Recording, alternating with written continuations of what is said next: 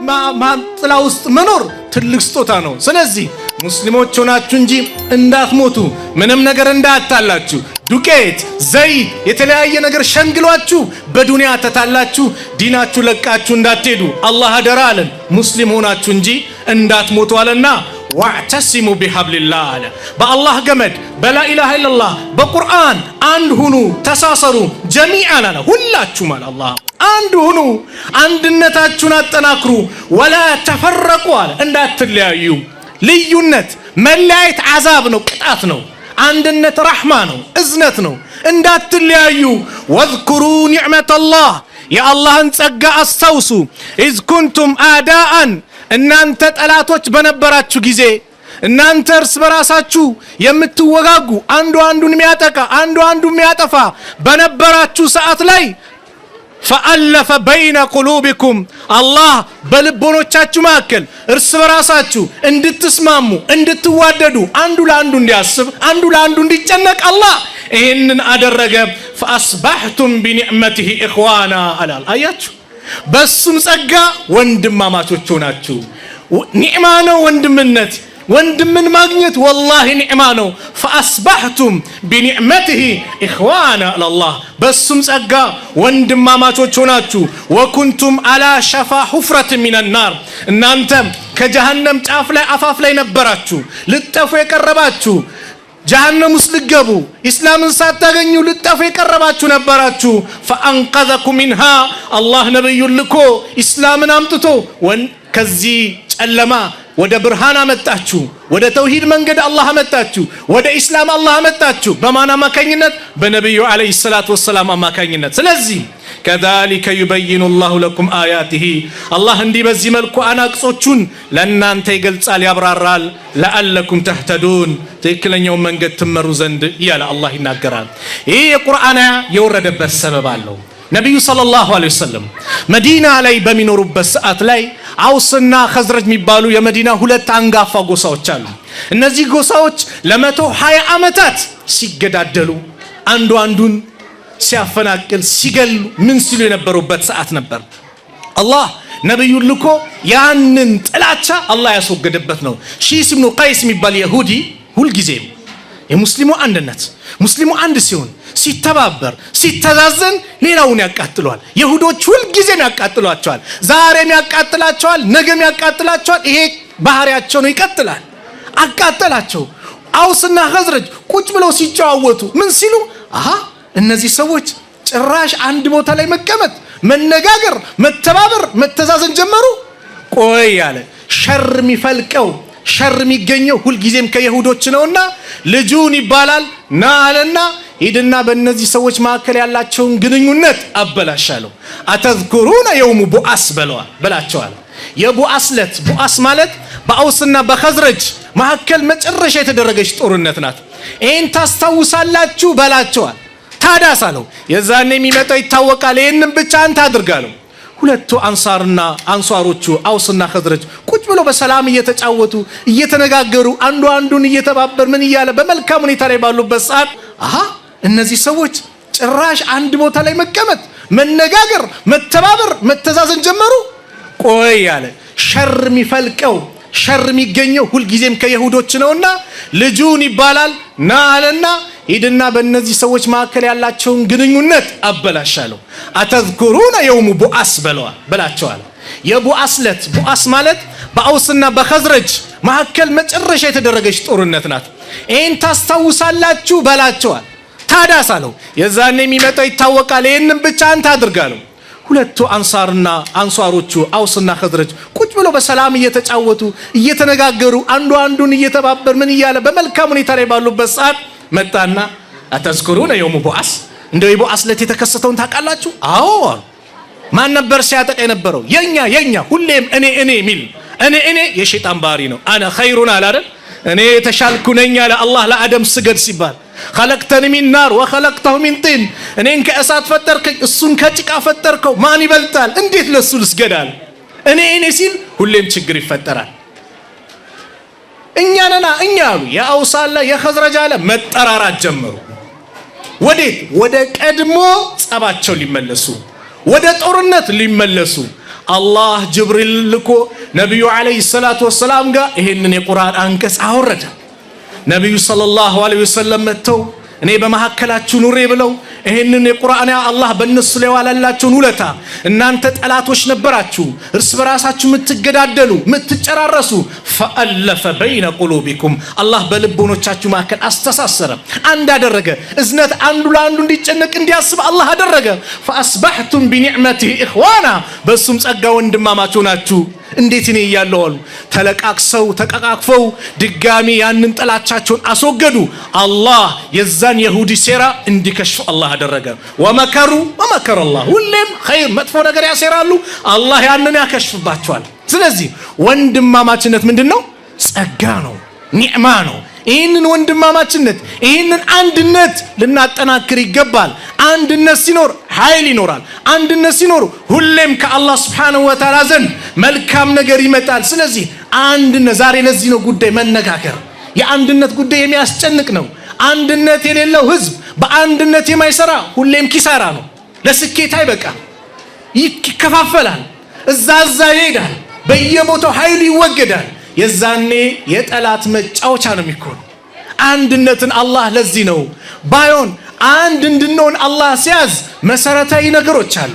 ዛሬ አንድ እንዳንሆን አንድነታችን እንዲወገድ የሚያደርጉ ምንድነው ከተባሉ ብዙ ጊዜ ከአላህ Subhanahu Wa Ta'ala ትእዛዝ መውጣት ነው። ከነብዩ አለይሂ ሰላቱ ወሰላም አስተምሮ መውጣት ነው። አላህ ወዕተሲሙ ቢሐብሊላሂ ጀሚዓን ወላ ተፈረቁ ሲል በአላህ ገመድ በላ ኢላሃ ኢላላህ እኛ መካከል ጭቅጭቁ ሲመጣ ንትርኩ ሲመጣ ያንን ንትርክ ልናስተናግድ ዳኛ ሊሆን የሚችለው ማን ነው? አላህ ነው አይደለም? አላህ የነብዩ አለይሂ ሰላቱ ወሰላም ሐዲስ ነው። ፈኢን ተናዛዕቱም ፊ ሸይኢን ፈሩዱሁ ኢለላህ ወረሱል። በአንዳች ነገር ካልተግባባችሁ ከተጨቃጨቃችሁ ጉዳያችሁን ወደ አላህ ወደ ቁርአን እንደዚህ ወረሱል ወደ መልእክተኛ ወደ ሐዲስ መልሱት። እስቲ የሆነ ነገር አልተግባባንም እኔ እናንተ ወንድሜ እኔና አንቺ አልተግባባንም፣ የሆነ ነገር የሚያጨቃጭቀን መጣ። ጉዳያችን ዳኝነቱን ለማን እንስጥ? ለአላህ እንስጥ። አላህ ምን ይላል በዚህ ቁርአን በዚህ ሐዲስ? ነብዩ ሰለላሁ ዐለይሂ ወሰለም ምን አሉ? እኔ ባልኩት አስተሳሰብ አንተ ባልኩት አስተሳሰብ አያችሁ፣ እኔ ስሜት የምከተል ሰው የራሴን አመለካከት የምከተል ከሆነ ሸይጣን እንደፈለገ ይጫወትብኛል። ሸይጣን ስውር እኮ ነው ዛሬ የሰፋን። እንደፈለገ አስተሳሰብ ስሜት ብቻ እንድንከተል ያደርግና እርስ በርስ እንድንባላ ያደርጋል። እርስ በርስ ኢማሙ ሻፊዒና ኢማሙ ማሊክን ታውቃላችሁ? ኢማሙ ሻፊዒ ረህመቱላሂ ዐለይሂ የኢማሙ ማሊክ ተማሪ ናቸው። ነገር ግን በቁርአን የሆነ ያልተስማሙበት ጉዳይ ካለ ቁርአን እንዲህ ነው ካለ ይቀበላሉ። በአንድ ወቅት አንድ ሰው መጣና አብዛኞቻችሁ የምታውቁት ታሪክ ነው። ኢማሙ ማሊክ ጋር ሚስቴ ከጨረቃ ካልበለሽ ፍቺ ነሽ ብሎ ጠይቃላት። ከዛ ለኢማሙ ማሊክ መጥቶ ሚስቴን እንደዚህ ብያታለሁ፣ አዎ በቃ ከጨረቃ አትበልጥም፣ በቃ ፍቺ ናት አሉ። ኢማሙ ሻፊ የሆነ መስጊዱ አጥር ላይ ነበሩ፣ ጎን ላይ ነበሩና በሆነ ነገር መሽጉል ነበሩ። ጥያቄውን ሲጠየቅ ሲመለስም በሆነ ነገር መሽጉል ስለነበሩ ጠያቂውን ምን እንደጠየቀ ምን እንደተመለሰለት መማር ስለሚፈልጉ ሩጠው መጥቶ ጠየቁት። ምን ነበር የጠየቀው? መልሱስ ምንድነው አሉት። ሚስቴ ከጨረቃ ካልበለሽ ፍቺ ነሽ ብዬ ለኢማሙ ማሊክ ስጠይቃቸው አዎ ፍቺ ናት አሉ። በጭራሽ ሚስትማ ፍቺ አይደለችም ከጨረቃ ትበልጣለች። ሱብሃንአላህ የታያት አሉ። አረ በጭራሽ አላህ ነው ቁርአን ላይ የተናገረው ለቀድ ኸለቅነል ኢንሳነ ፊ አሕሰኒ ተቅዊም የሰው ልጅን እጅግ ባማረ ውብ በሆነ መልኩ አላህ ፈጥረነዋል ብሎ ተናግሯል። ስለዚህ ከሰው ልጅ የበለጠ ያማረ ሰው የለምና ሚስት ከጨረቃ ትበልጣለች አሉ። ና ኢማሙ ማሊክ ጋር እንሂዳል። ኢማሙ ማሊክ ጋር መጡ። ይህንን ነገር ሻፊ ያቀረቡ ኢማሙ ሻፊ ረህመቱላሂ ዐለይሂ ኢማሙ ማሊክ ምን አሉ? ሻፊ ልክ ብለዋል፣ ቁርአኑን በስነ ስርዓት ቁርአን ያለውን ተናግረዋል፣ እኔ ተሳስቻለሁ አሉ። ኢማሙ ሻፊ ማን? ኢማሙ ማሊክ የኢማሙ ሻፊ ሼኽ ናቸው። አያችሁ ዓሊም ይሄ ነው። እኛ ዛሬ ውስጣችን ኩራት እኮ ነው። አልክብሩ በጠሩል ሐቅ ወገምጡ ናስ ናሉት ነብዩ ሰለላሁ ዐለይሂ ወሰለም። ኩራት ማለት ሐቅን አለመቀበል እንደዚሁም ሰዎችን የበታች አድርጎ መመልከት። ሐቅ ሲመጣ መቀበል የዓሊሞች የሷሊሆች የደጋግ ሰዎች ኩራት ከውስጣቸው የወጣ ሰዎች ባህሪ ነው። ይሄ ነው ነገር ሲመጣ እስቲ ጉዳያችንን ወደ ቁርአን ወደ ሐዲስ እናምጣው። ወደ ራሴ አስተሳሰብ አላምጣው፣ ወደ ግሩፔ ሳይሆን ቁርአን ሐዲስ ምን ይላል? እኔ በራሴ አስተሳሰብ በራሴ አመለካከት መሄድ ከሆነ ሁል ጊዜም የሸይጣን መጫወቻ ነው። ሸይጣን ደግሞ ሱብሃንአላህ አንዴ ከጋለበን አደጋ ነው ሸይጣን። አቡ ሃይደር የሚናገራት ቂሳ አለ። አንድ ቂሳ ላካፍላችሁ። አንደኛው ሁሌ ሰዎች ይጨቃጨቁና ምን ይሉና ሁሉም ሸይጣን አሳስቶን ነው፣ ሸይጣን እንዲህ ብሎን ነው፣ ሸይጣን እንዲህ ብሎን ነው ሲል አንደኛው ሁሌ በሸይጣን ምን ትላላችሁ ራሳችንን የሚያጠፋን ሁሌ ወደ ሸይጣን ትወስዳላችሁ ብሎ መልስ ይሰጣቸዋል። ከዛ ይህ ሰውዬ ለሸይጣን ሲከራከር የነበረ ሰው በመናሙ ሸይጣን ይመጣል። ዛሬ ሁሌ ሰዎች እኔን መጥፎ አድርገው ይመለከቱኛል፣ አንተ ብቻ ዛሬ ተከራከርክልኝ፣ ስለዚህ የፈለከውን ነገር ላድርግልህ እዘዘኝ አለው። እኔማ የምፈልገው ሐረም መሄድ ነው፣ በቃ ሐጅ ማድረግ ነው፣ ካዕባ ላይ መሄድ ነው። ና ወስደሃለሁ። በምን? እኔን ጋልበኛል። ጋለበው ይዞት መሄድ ጀመረ። መሀል ላይ አረ ሽንቴ መጣ አንዴ ሲል አረ የዋልከው ውለታ ልዩ ነውና እኔ ላይ ሽናብኝ አለው። አንተ ላይ ሸናበት። ልክ ሲሸናበት በኃይለኛ ጥፊ ከእንቅልፉ ነቃ። ምንድነው ሲል ሚስቱ ላይ ነው ለካ የሸናው ይህ ሰውዬ። አየህ ሸይጣን እንዴት እንደሚጫወት ሁሌ አባብሎ አሳምሮ ውብ አድርጎ ያመጣላል።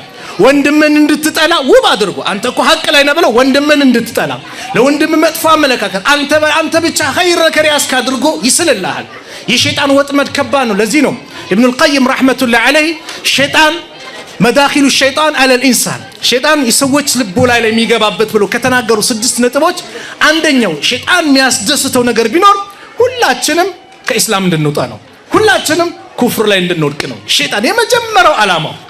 ይሄ ካልተሳካ ይላሉ በዲን ላይ አዳዲስ ፈጠራ ቢድዓ እንድንሰራ ይፈልጋል። ለምን ከተባለ ማንኛውም ሰው በኢስላም ላይ አዲስ ነገር ሲሰራ መልካም ነገር ብሎ ነው የሚሰራው፣ መጥፎ ነው ብሎ የሚሰራ የለም። ኸይር ነው አጅር አገኝበታለሁ ብሎ ስለሚሰራ ሊቶብት አይመችም። ሶስተኛ ከባኢር ዙኑብ ትላልቅ ወንጀል ላይ እንዲወድቅ ያደርገዋል።